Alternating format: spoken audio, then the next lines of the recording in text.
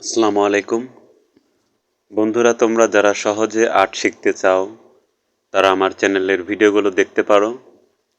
আমি এখানে সংখ্যা দিয়ে বিভিন্ন ধরনের ছবি আঁকিয়ে থাকি। তোমরা দেখতে পাচ্ছ আমি এখানে দুটো 5 অর্থাৎ 5 দিয়ে আমি এখানে একটা হাতি আঁকানোর চেষ্টা করছি। মনোযোগ দিয়ে দেখো, তাহলে তুমিও খুব সহজ পদ্ধতিতে এইভাবে একটি সংখ্যা দিয়ে হাতি আঁকতে পারবে।